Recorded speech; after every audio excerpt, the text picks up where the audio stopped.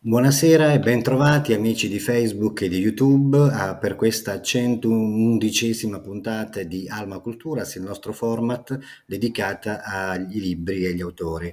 Do il benvenuto ai protagonisti di questa serata che sono la nostra poetessa Roberta Alberti dal Circolo di Officina Mediterranea Basilicata. Benvenuta Roberta.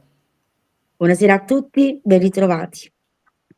E buonasera anche alla nostra, non più nuova, ma già una conoscenza che conoscete già, un'autrice, tra l'altro nostra iscritta del Circolo di Officina Mediterranea Lombardia, la scrittrice Anna Danca. Bentornata Anna. Grazie, buonasera, ciao a tutti. Anna ci parlerà di questo libro che vediamo in sovrimpressione adesso, che è La voce del silenzio. È il secondo che presentiamo con lei, ma ce ne saranno ancora altri in futuro. E prima di cedere la linea, io vi ricordo che Officina Mediterranea ha indetto questo bando di concorso, la cui premiazione è a Matera 18, 19 e 20 dicembre 2025. Festival La magia del Natale. È un concorso internazionale di poesia, fiabe e favole, racconti, narrativa e saggi, pittura, scultura, artigianato artistico, canzoni d'autore, musica originale, cortometraggi, fotografia, teatro e fumetto. Credo che abbiamo messo parecchia carne a cuocere e quindi scriveteci, a breve vi manderò anche in sovraimpressione tutti gli indirizzi e vi lascio subito a questa 111ª puntata di Alma Culturas.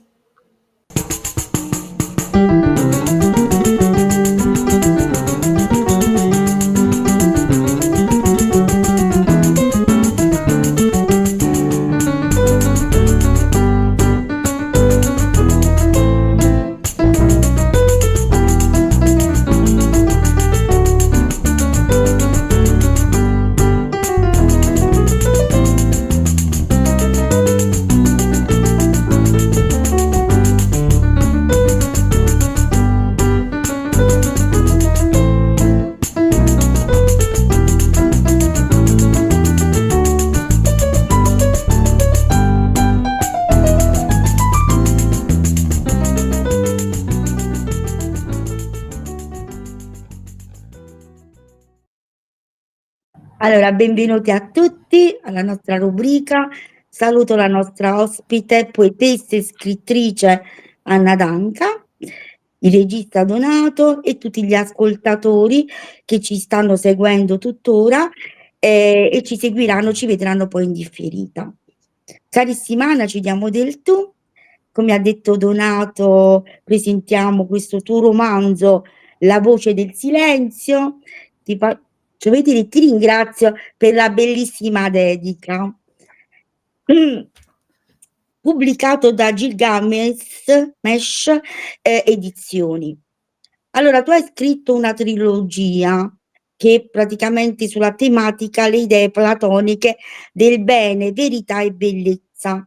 Come ha detto Donato, il primo, come vuole la vita, deve essere ancora presentato, ma Patrie interiori è stato già presentato da una mia collega, quindi diciamo che al pubblico di Officina Mediterranea sei già conosciuta come autrice.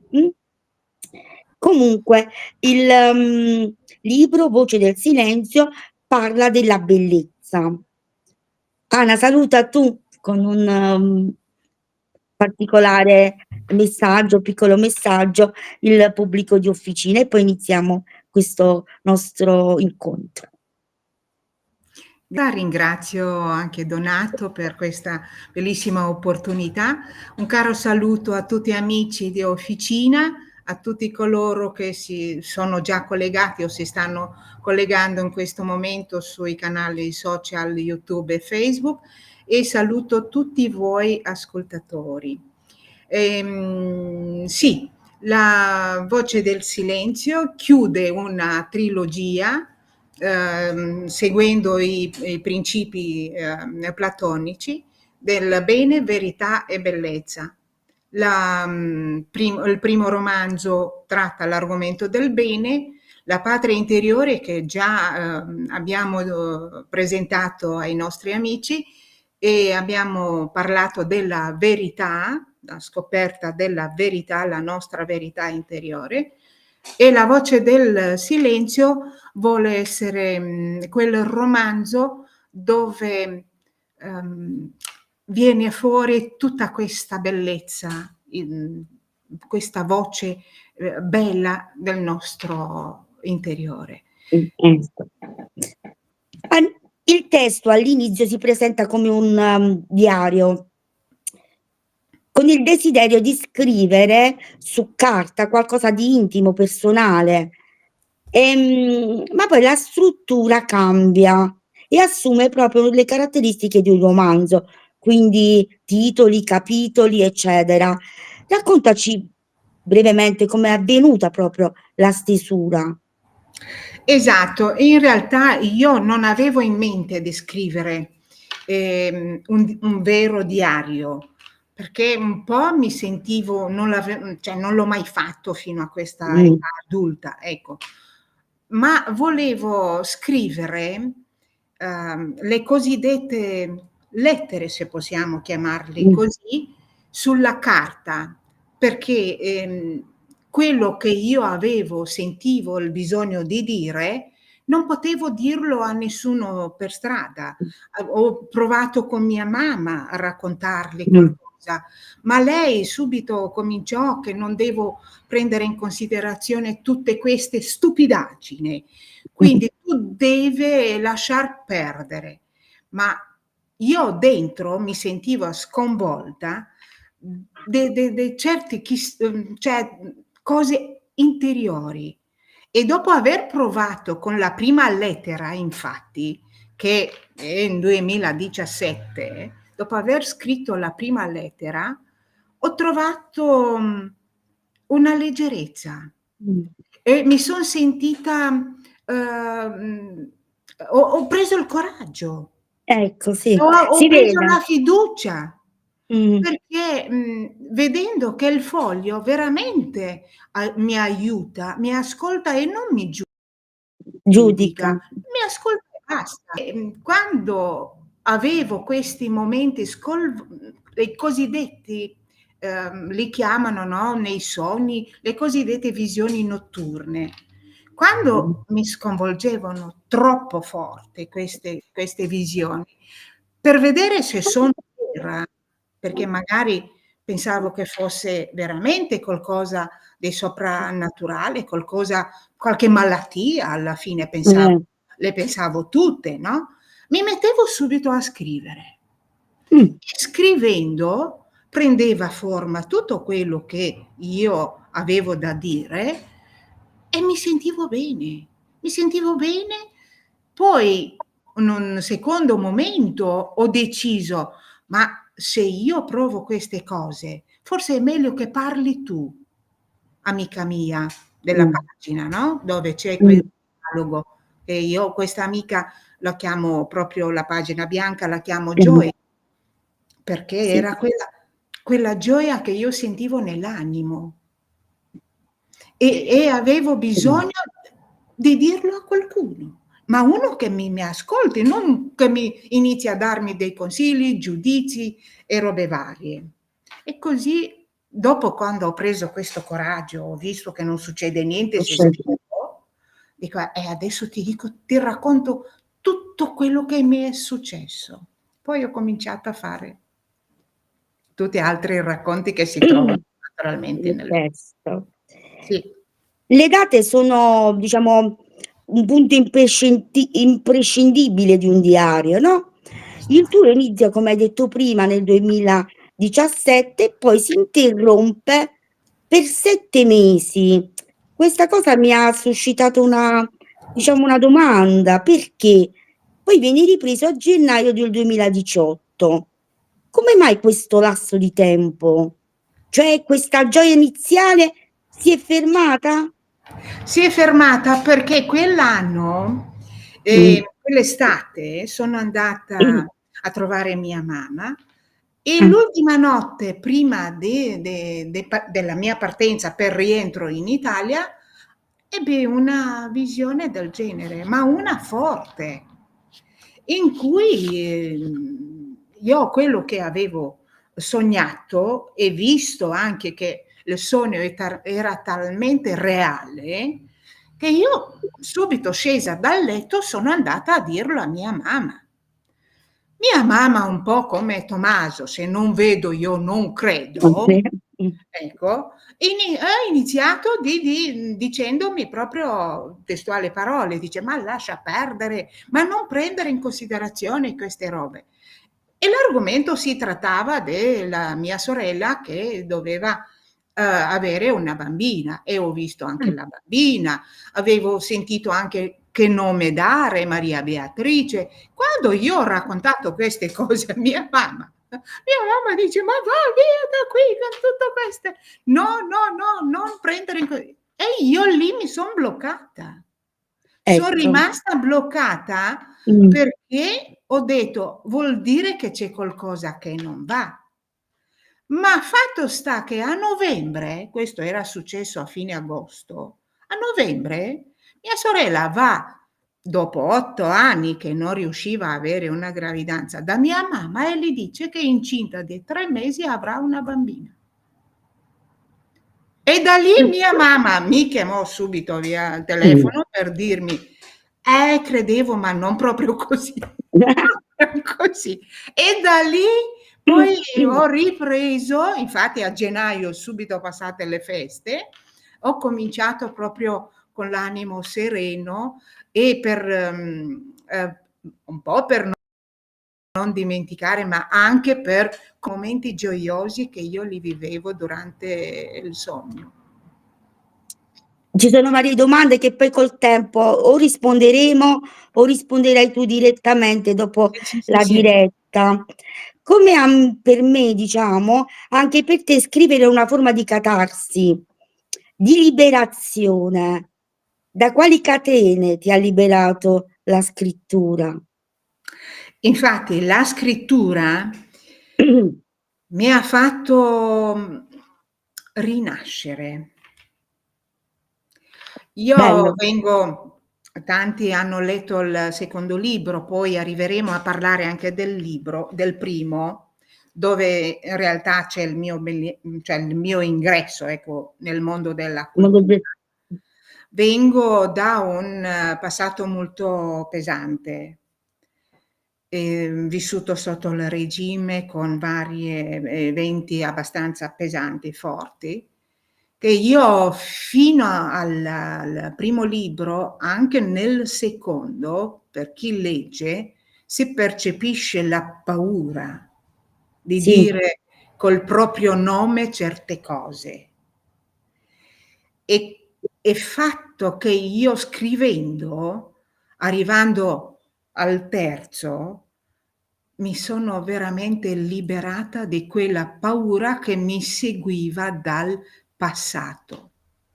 E riguardo alla voce, io proprio 3 righe che il libro si apre con questa voce che per tanti anni mi ha seguito, e solo che ero io che non volevo, cioè la frenavo Ascoltarla. e dirlo giustamente per paura. Ecco perché il libro La voce del silenzio arriva con la bellezza della voce, perché seguendo spesso, che adesso leggo proprio 3, che il libro si apre con l'apologia di Socrate, dove lui dice: "Avverto in me un non so che cosa di divino e di soprannaturale, e una voce che sento dentro di me fin da fanciullo, e tutte le volte che l'avverto mi distoglie da ciò che sto per fare, ma non mi sollecita mai a fare qualche cosa". Però poi hai trovato il coraggio, quindi E quella io sono stata ferma anni e anni su questa, non mi sollecita mai a fare qualche sì, cosa. Poi però dopo ho il preso il coraggio e mi ecco, sono liberata. e hai dato una parola alla liberazione, che è Brava, questa parola gioia. che si Che chiama cos'è la gioia dopo che una persona ha sofferto tanto nella vita? Proprio gioia, la parola per te che cosa ti suscita? La gioia è lo stato d'animo che Mh, influisce sulla persona. Grazie alla mia professione sì. meteorologia, che Mh, io ho studiato il cielo e le stelle e ho creato le opere in terra, mi fa tutte le mattine, un po' per abitudine, per professione, ma adesso ancora di più, saluto il cielo. E prima di andare a letto, altrettanto quando chiudo le imposte. Se poi c'è la luna, che io trovo un dialogo stupendo con lei, e questa per me è la gioia che mi viene proprio nell'animo. E questa gioia influisce sempre sul mio, cioè sulla mia persona. scrivere. Ah, Perché tornando al discorso platonico, no, mh, Platone dice che, no, l'anima sta nel corpo dell'uomo come in una carcere sì, sì, sì. e quando il corpo muore l'anima si Mh. libera, trova la libertà, trova la gioia. E io me la raccolgo dal cielo la mattina e alla sera. Abbiamo gli stessi, diciamo, interessi. Io non ho studiato Sì, come te, ancor più però bello. io scatto le fotografie la mattina all'alba e la sera prima di andare a letto, appunto per salutare il cielo. È una Comunque cosa leggendo il testo ho notato che nella prima parte chiami le persone, non dai un nome ai personaggi, cioè li indichi solo con, le punteggiature iniziali e le punteggiature. Invece poi nella seconda parte, dai il nome a tutti i personaggi in relazione ai momenti, eccetera. Quale valore dai al nome? Chi ha diritto per te essere chiamato per nome? allora, ti ringrazio, è una domanda bellissima, la Mh. accolgo proprio a braccia aperte. Qui, in quel momento, io vivevo un momento straordinario della mia vita, perché erano 20 anni che io sono su cioè questa terra italiana, territorio mantovano, non mi sono mai spostata, sono sempre vissuto qui. In questi 20 anni non ho mai avuto un invito a pranzo da parte da una famiglia italiana. E quella domenica io ero impazzita di gioia, Emozionato. emozionata, non sapevo come vestirmi, cioè ho dei preparativi pranzo in questa famiglia. Ho visto, ho Diciamo letto. che è stata una giornata straordinaria, ho conosciuto delle persone straordinarie, però nella maggioranza, cioè non nella maggioranza, è l'unica di nazionalità diversa da quelli di altri ospiti al tavolo, no? Mh. E io, vivendo quei momenti talmente forti, no, e mi sentivo a mio agio, ma allo stesso tempo erano momenti sentivo che la gioia usciva dall'anima, no, Mh. usciva dall'anima. Sì, E allora, mi è piaciuto raccontare questa cosa alla mia a questo evento alla carta. straordinario, alla carta.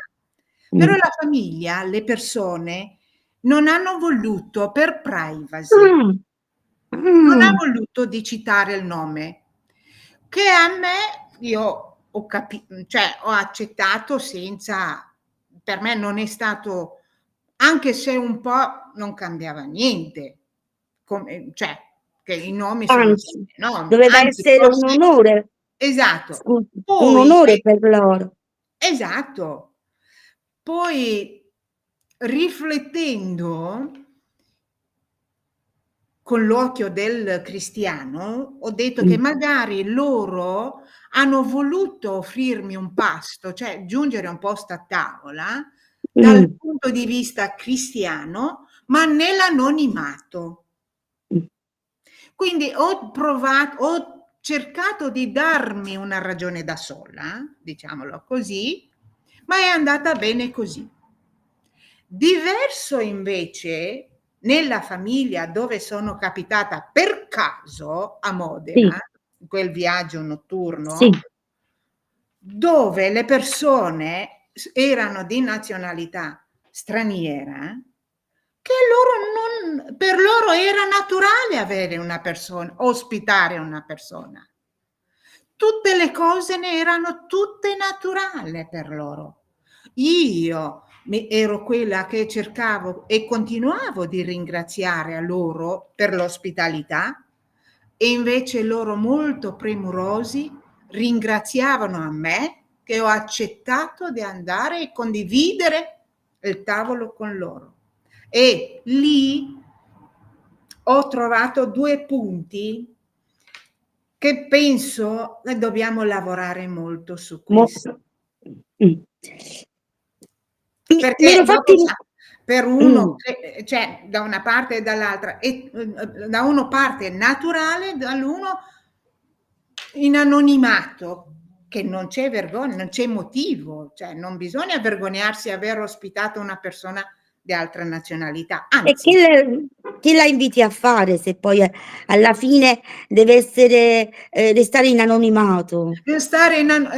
Brava Roberta, l'hai detto tu, brava, però io, a mio umile parere, e ormai sono 30 anni a ottobre che sono in Italia, quindi sto lavorando molto su questi, cioè è un punto in cui bisogna proprio lavorarci sopra, tanto da una parte e dall'altra, però ho la speranza che alla fine riusciremo.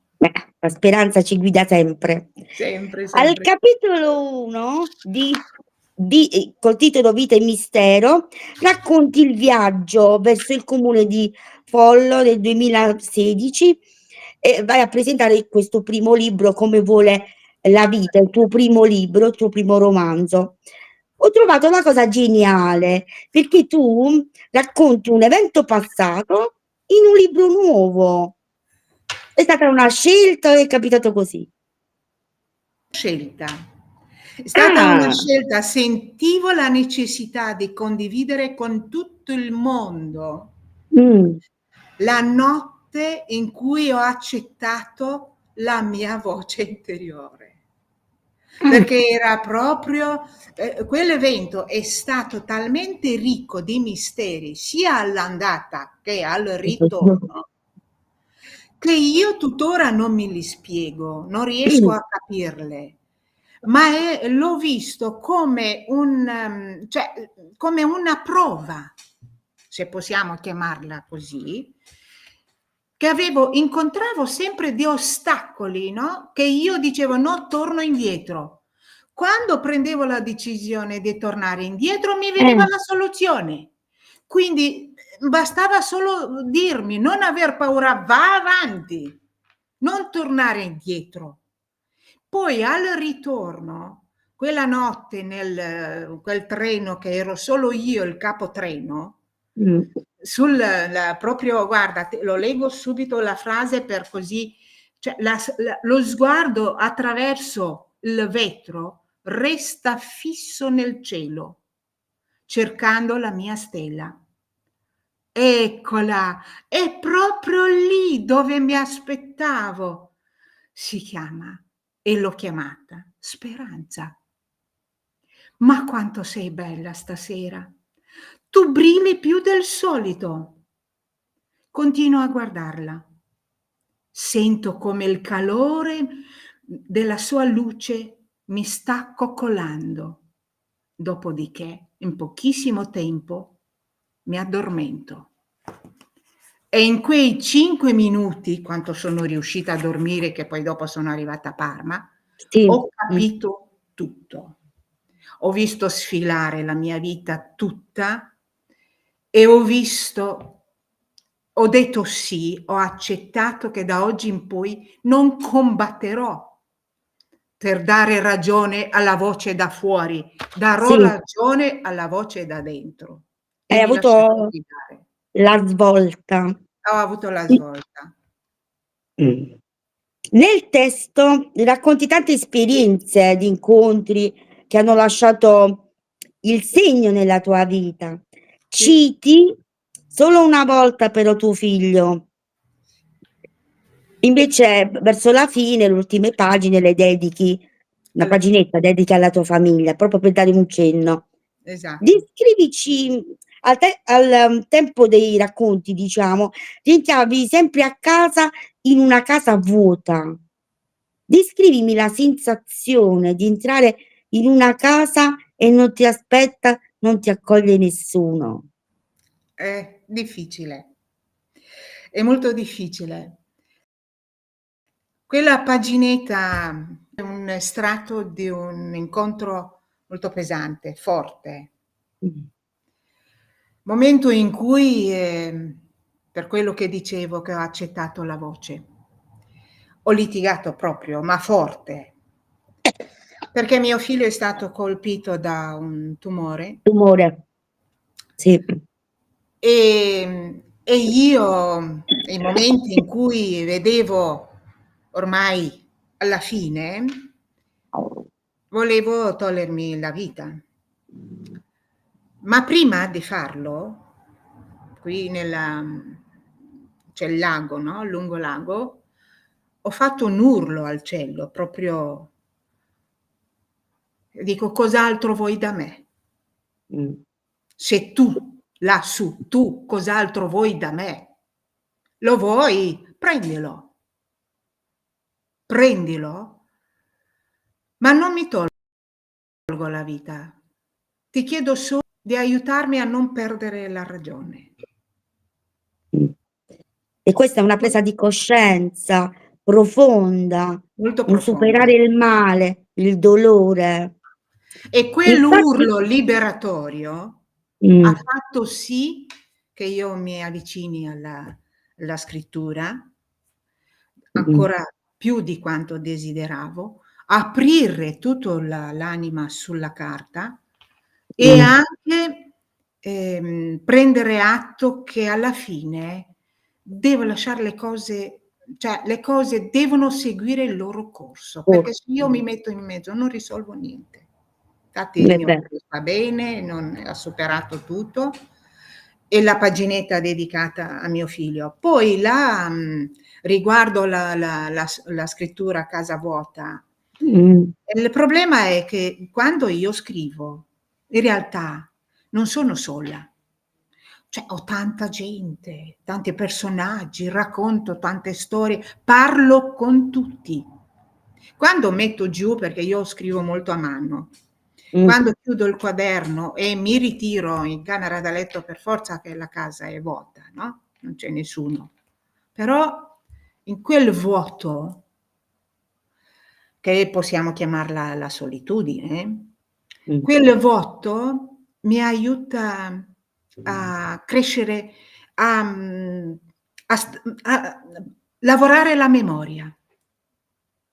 Quindi Per perché quel diciamo vuoto, esatto, il vuoto si riempie facendo lavorare la memoria. la memoria, Sì, i io ricordi. ascolto di più me stessa, mi imparo a conoscere meglio me stessa, il battito del cuore, Ecco il tutti i silen particolari di me che magari prima non non non davo davi importanza. importanza, diciamo, non davi Ma importanza. non davo importanza, però è anche un modo per imparare a vivere con la solitudine, a fare tesoro di quello che, si ha, anche Mh, nella solitudine.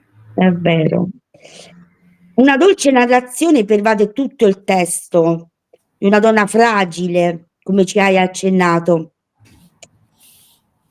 che ascolta quindi però, si mette diciamo in gioco fondamentalmente, ascoltando la propria anima, ecco. Diciamo che è questa proprio la chiave di lettura del testo, dell'opera, saper ascoltare la voce interiore, saper ascoltare se stessi. esatto. E quando si ha il coraggio di ascoltarsi e di entrare dentro noi stessi a conoscersi, si trova con la vita. Ecco, Si che è trova un equilibrio. fondamentale. È Quindi fondamentale. quell'equilibrio non ti porta ad una guerra personale. Esatto. Non sei sempre in guerra con tutti e con E con tutto. te stesso E anche. soprattutto con te stesso, sì. Inizi a accettarti esattamente come è stato, no, davanti allo specchio quando ho avuto quel dialogo forte, no? Sì, non Perché diciamo molto del testo, così diamo solo esatto, alcuni accenni, quel se no dialogo forte eh, mi ha fatto capire che sono viva e bisogna imparare a vivere. E io in quella notte lì sul treno, nel piccolo sonno, lì ho accettato e ho cominciato a trovare un equilibrio. Infatti oggi quella che vedete voi oggi è grazie a grazie a questa voce che mi parla, grazie a questo equilibrio con la carta bianca che io sono riuscita a trovare nella vita. provare. Raccontaci brevemente, il percorso da Bucarest a Vienna dell'8 gennaio 1998, delle ore 19:30. Mi ha incuriosito, l'hai lasciato così appeso e ho detto: "No, questa gliela faccio questa domanda". Allora, brevemente, per non perdersi Brevemente. nelle parole, son 2 frasi. Allora, al mattino arriviamo a Vienna, dove avremmo dovuto cambiare di nuovo il treno, ma a causa dei ritardi che si erano accumulati avevamo perso la coincidenza. Restammo in attesa in quella stazione per ore lunghe e interminabili. Io facevo la guardia ai bagagli, mentre mio marito giocava con i bambini, correndo avanti e indietro per le scale. Devo ammettere che vedere padri e figli giocare dopo tantissimi anni di lontananza era meraviglioso. Li osservavo commossa mentre ridevano e scherzavano e intanto pensavo che forse mio figlio quel giorno aveva ragione. Mamma, perché tu non ti sposi? Io voglio avere un papà. Ma l'Italia era ancora lontana. E questa viene subito dopo la domanda. Guardando oggi l'Italia con tutte le sue contraddizioni, l'avresti scelta come nazione per iniziare una nuova vita? Sì. Tornare indietro, farei tutto da capo. È vero, 30 anni fa ho conosciuto un'altra Italia, ma non ero io quella di oggi. Importante questo. Non Quindi ero diciamo che non è che è cambiata l'Italia, sei son cambiata ca tu come vedi l'Italia. esatto. Quindi l'Italia te ancora 30 anni fa. Ci sono tante cose da mettere a posto. Son cambiate tante cose, però dipende molto anche di come vediamo noi le cose, È giusto. di come vogliamo vederle. Mh. Poi è chiaro, io sono una persona fragile, è vero, però per me ogni sasso, ogni tetto, ogni cosa di questo paese ha un'importanza, ha un valore. E se io tornassi indietro lo farei, perché grazie a questa nazione che ha riconosciuto la mia integrazione, siamo qui, parliamo di questo, di cultura. E cosa volete di Questo è un messaggio molto, molto importante. Abbiamo parlato di gioia, ma gli improvvisi turbamenti che penso ancora hai, i momenti di ansia, di lacrime, gli schiaffi, che si leggono nelle pagine del tuo libro, come le spieghi? Cioè l'animo umano, diciamo che ha comunque dei momenti tragici, come è accaduto l'evento di tuo figlio o altri eventi. Esatto, è vero. Io combatto molto su questo, adesso. Non l'ho fatto prima. Mi sono lasciata coinvolgere de tutte le disgrazie che mi venivano, che a un tratto io non riuscivo a capire se c'è anche altro nella vita. Poi quando ho cominciato a separare un po' le cose, dare un valore a una cosa e un altro valore a un'altra, ho capito che a ogni disgrazia credere, avere la fiducia, abbandonarsi nella fede, nella provvidenza, che è meglio, a ogni disgrazia, per quanto possa essere grande, c'è sempre una soluzione.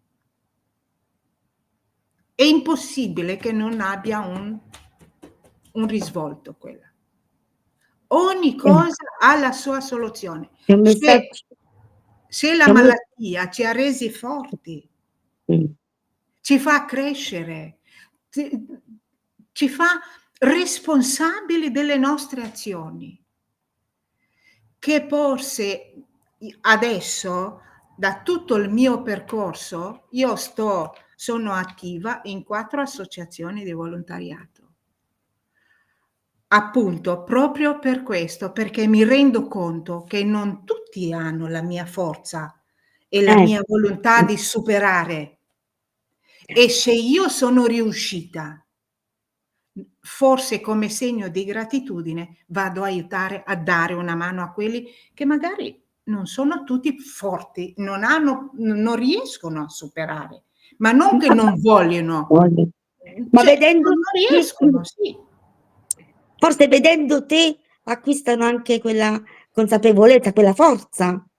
Su questo La devo perché la dire testimonianza di vita, scusa se ti interrompo, sì. la testimonianza di vita è più importante di 100 parole. Cioè quando vedi una persona che fisicamente è presente, pur avendo avuto una vita difficile, nella vita degli altri si dona, diventa di esempio. Sì, su questo è una grande verità, perché più di una volta vedevo, no, anche poi dopo con la scrittura, perché mi sentivo comunicavo in maniera diversa con i libri, rispetto che non riuscivo a arrivare a tutti con le parole. E più di una volta ricevo, insomma, dei messaggi in cui proprio testuale parola: "Se ce l'hai fatta tu, ce la farò anch'io". E questo a me mi dà proprio la soddisfazione di far qualcosa per l'altro, ecco. Questo proprio perché io ho superato. Non è facile, non è facile, è un percorso lunghissimo. Io lavoro da anni su me stessa. Quando devo dire che nel momento in cui ho accettato, ho pianto molto, perché ho detto: "Se l'avessi saputo forse avrei evitato tante sofferenze". Vuol Ma dire che non l'ho accettato per orgoglio, per tutta una serie di cose come tutti gli esseri umani possono avere, ecco. Forse ci voleva quel periodo, cioè ci volevano quelle esperienze per farti raggiungere poi quella consapevolezza, diciamo. Esatto, esatto. Sei una donna di fede, Sì. però oggi la parola fede è un po', diciamo, lo dicono tutti: "Io ho fede, vado in chiesa, non frequento, la fede ci aiuta, bisogna avere fede". Ma più che la fede, qual è il tuo rapporto con Dio? Perché oggi noi abbiamo una fede molto, molto, diciamo, fatta di istituzioni, di momenti liturgici, vissuti così, invece con Dio, che è il nostro creatore, qual è il tuo rapporto? A me piace affidarmi a Lui che mi dà le regole. Lui ha 10 comandamenti che sono fondamentali per la nostra vita. E a me la vita con le regole piace. Rispettare le regole in una società, in una comunità credente, in un luogo di lavoro, a me questo piace. E forse questo, il caos che c'è adesso, è proprio qui, perché si sono perse un po' le regole. Veramente il cristianesimo, diciamo che è proprio quello, il fatto che non si seguono le regole, alla fine uno si va a confessare Esatto. e ricomincia. Prende Per questo ha perso quella sua verità di base, ecco. Esatto, perde la verità di base. Poi c'è anche che viviamo veramente in un mondo in cui l'uomo, la società di oggi, che vorrei proprio leggere, no? Che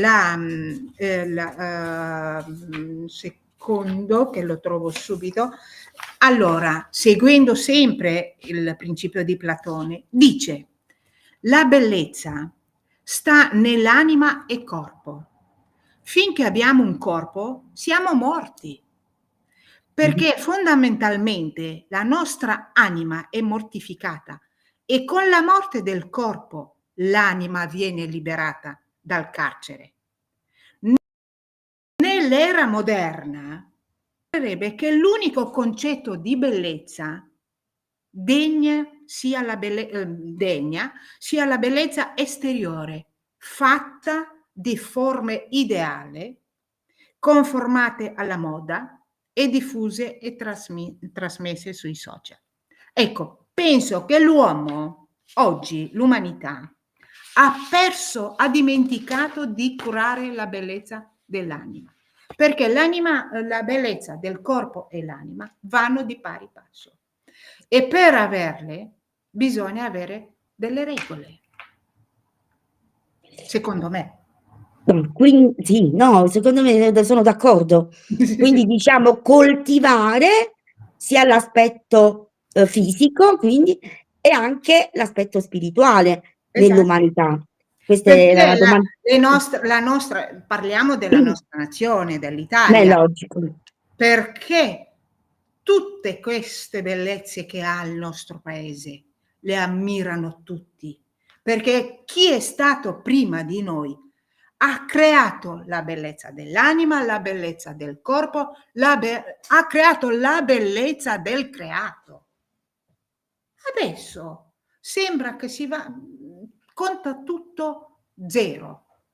È importante solo l'esteriore. Ecco perché dicevo che io avevo questo dibattito tra la voce fuori e la voce dentro. E poi quando l'ho scoperta ho pianto molto perché mi dispiaceva di non aver fatto prima. Meglio tardi che mai. I pianti sono sempre positivi quando sono liberatori, diciamo. Sono liberatori, sì. Il volume è avvolto nel mistero, no? Eventi inaspettati, incontri. Quale peso da una scrittrice che vive di parole al mistero che sostanzialmente, diciamo, è inspiegabile? Appunto. È nel mistero che stanno le parole. E bisogna saperle trovare. Esatto. Perché nel mistero, per me, proprio il mistero mi dà l'idea di andare a scavare nel mistero, a trovare, a scoprire. Perché usando le parole si entra nel mistero, il mistero ti dà l'idea e tu stai creando e sveli al pubblico il mistero. Mistero nel mistero, perché anche le Esatto. parole Sì. da trovare diventano mistero, sono misteriose, nascono da Perché sole. se io ho c'è un mistero, per svelarlo, no, per scoprirlo, devo iniziare a cercare, a trovare le parole, a studiare, a vedere, quindi mi metto tutta una macchina in giro attorno a me, quindi trovo le parole. E lentamente, che a volte magari da un'idea, che a me capita spesso, che magari la scrivo su un fazzoletto di carta, un appunto. esatto, quell'idea lasciata lì a riposare, la riprendo dopo qualche tempo e mi vengono 3 pagine. Sì. Perché il mistero ti aiuta proprio. È bello avere dei misteri, è bello andare a scoprirli, a cercarli, svelarli, scriverli, è bello, è bello. Diciamo che anche chi scrive delle poesie, in Anche la fondo poesia. attinge nel proprio mistero interiore. È bellissima la poesia, Mh. bellissimo. Poi cioè è proprio il mistero, detto bene, concordo, mistero interiore della poesia, bellissimo. Hai già risposto a questa domanda che ti rifaccio e la riformulo.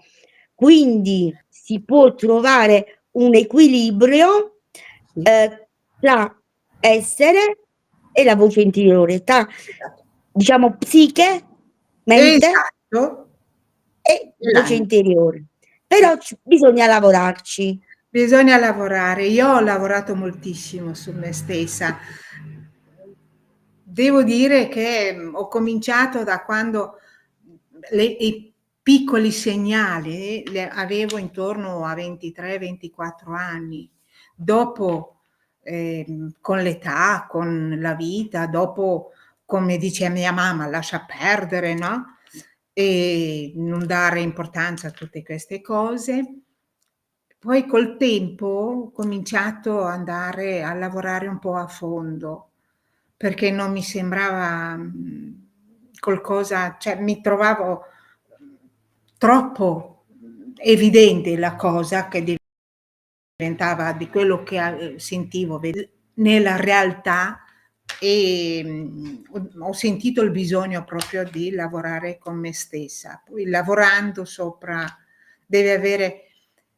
ci vuole una grande forza di volontà, un grande coraggio, perché Sì, guarda Roberta, anche per scrivere questo libro, sono stata tanto a pensare: scrivo o non scrivo, pubblico o non pubblico, perché sono delle cose veramente misteriose sì, e bisogna avere coraggio di sì, mettersi, a nudo praticamente, ecco, ti sì. spogli e ti metti, alla gente.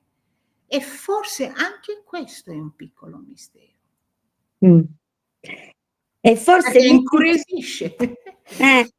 eh, forse, è proprio, bello, è mistero il fatto che, diciamo poi ci si metta a nudo completamente, Esatto, perché come dicevi prima, la verità oggi, la realtà è falsa, molto. quindi mettersi a nudo diventa proprio donarsi all'altro. All'altro, sì.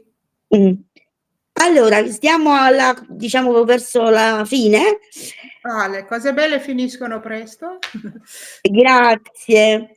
Delle tante figure familiari che hai, intorno, che hai avuto intorno, diciamo, hai dedicato il romanzo a tua madre. Sì, Perché? Semplice proprio. Perché? perché la figura più importante per me è che mi è mancato molto, Mh. moltissimo. Oltre alla lontananza Eh. Mh. e anche del vissuto, di tante cose che oggi, e penso fino alla fine dei miei giorni, lei sarà nel mio pensiero. Poi perché abbiamo avuto tanti conflitti, no, che lei: "Io non ci credo, fino non vedo", e così. E poi quando anche lei ha accettato con la mia nipotina, dopo abbiamo cominciato a avere, un po' di cose più in comune, però, mia mamma mi è mancato e mi manca moltissimo. Adesso poi ha 86 anni, avrebbe più bisogno, però vengo, insomma, sono la più grande della famiglia, vengo da una famiglia numerosa, quindi è abbastanza, Eseguita, importante. diciamo.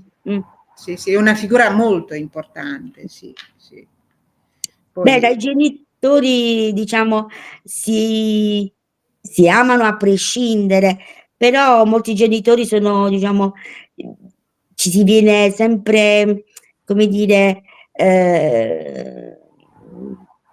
affascinati, ecco, la figura di un genitore, di una madre, di un padre, anche se, diciamo è faticoso, ti riprendono, o voglio dire, però una madre è è sempre una madre, voglio sempre una mamma, eh, è è sempre sempre una una mamma, poi sì. la distanza, poi tutto il resto posso ma adesso vi sentite con la nuova tecnologia, tu adesso usi Sempre. Facebook, usi WhatsApp, quindi diciamo che le distanze Si si sono sono accorciate molto perché ci dà eh, anche la possibilità, per esempio, sì, è vero, la tecnologia, il telefono, insomma, mentre prima telefonavi una volta a 6 mesi e adesso eh, parlo tutti i giorni, cioè è è diverso diverso. molto, sì, sì, sì. Poi ogni volta che la chiamo naturalmente: "Mi chiami domani, eh?"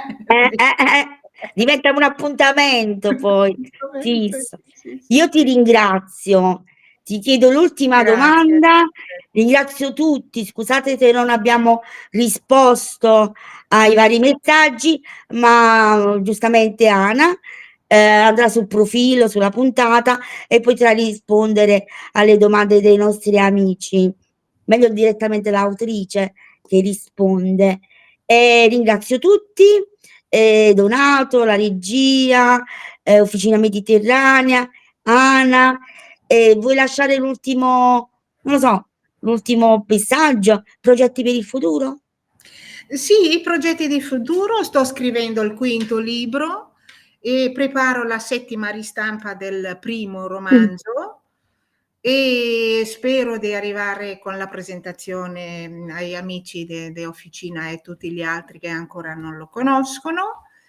E basta, presentazioni così, poi speriamo di una vita serena, speriamo che arrivi un po' di serenità nel cuore di tutti noi, perché veramente l'umanità ha bisogno di tanto amore che la gente oggi l'ha dimenticata, e speriamo che gli angeli lassù lavorino per questa umanità, queste generazioni che sono veramente in sofferenza, e vicino a loro soffriamo anche noi. Anche Speriamo noi. la pace e vi ringrazio tutti voi ascoltatori, amici, Donato, grazie Roberta per questa bellissima intervista, presentazione. Grazie.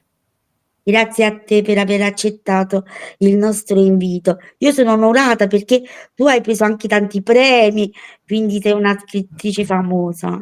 Grazie, Quindi sono onorata grazie, di grazie signora, averti grazie. avuto nel mio piccolo spazio. Donato c'è? Donato?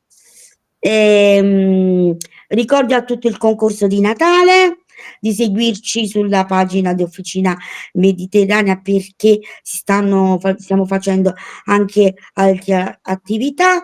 Forse Ovviamente. facciamo in Sì? tempo una domanda, visto che ci lasciano ancora un po' di tempo, Donato. Sì, io ho visto le 19:55.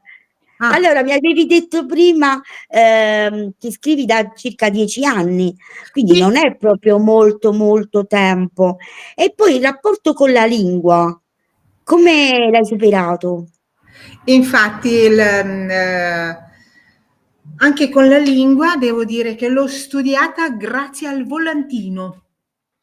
Mh, Il volantino è una storia straordinaria, ma non so se facciamo in tempo a raccontarvelo, ma mi ha aiutato moltissimo perché con le immagini imparavo a fare la spesa e fino a quando ho cominciato a imparare anche a scriverlo. E scrivevo l'immagine, pronunciavo le immagini giorno dopo giorno, fino a quando ho avuto il coraggio di lasciare a casa il volantino e andare a fare la spesa senza. E così è cominciato la mia scrittura e la mia lingua italiana. Grandioso. Noi li strappiamo i volantini, cioè voglio dire, invece Infatti per me hanno un gran valore, sono molto importanti per me. Grazie per questa chicca finale. Ecco. Esatto. Dona Magari prenderanno spunti tanti tante persone sì, come ma me, tan stranieri che magari in età adulta non hanno coraggio di andare a scuola, si vergognano, certo. sa, ognuno ha il suo imbarazzo. Ma se tu inizi col volantino ti aiuta tantissimo, risolvi ogni problema. Che la lingua è La lingua è importante. importante, sì. Grazie a tutti, buona serata. Salve Donato. Grazie Grazie. veramente di cuore. Grazie. Buonanotte Buonanotte a a tutti. tutti. Buonanotte.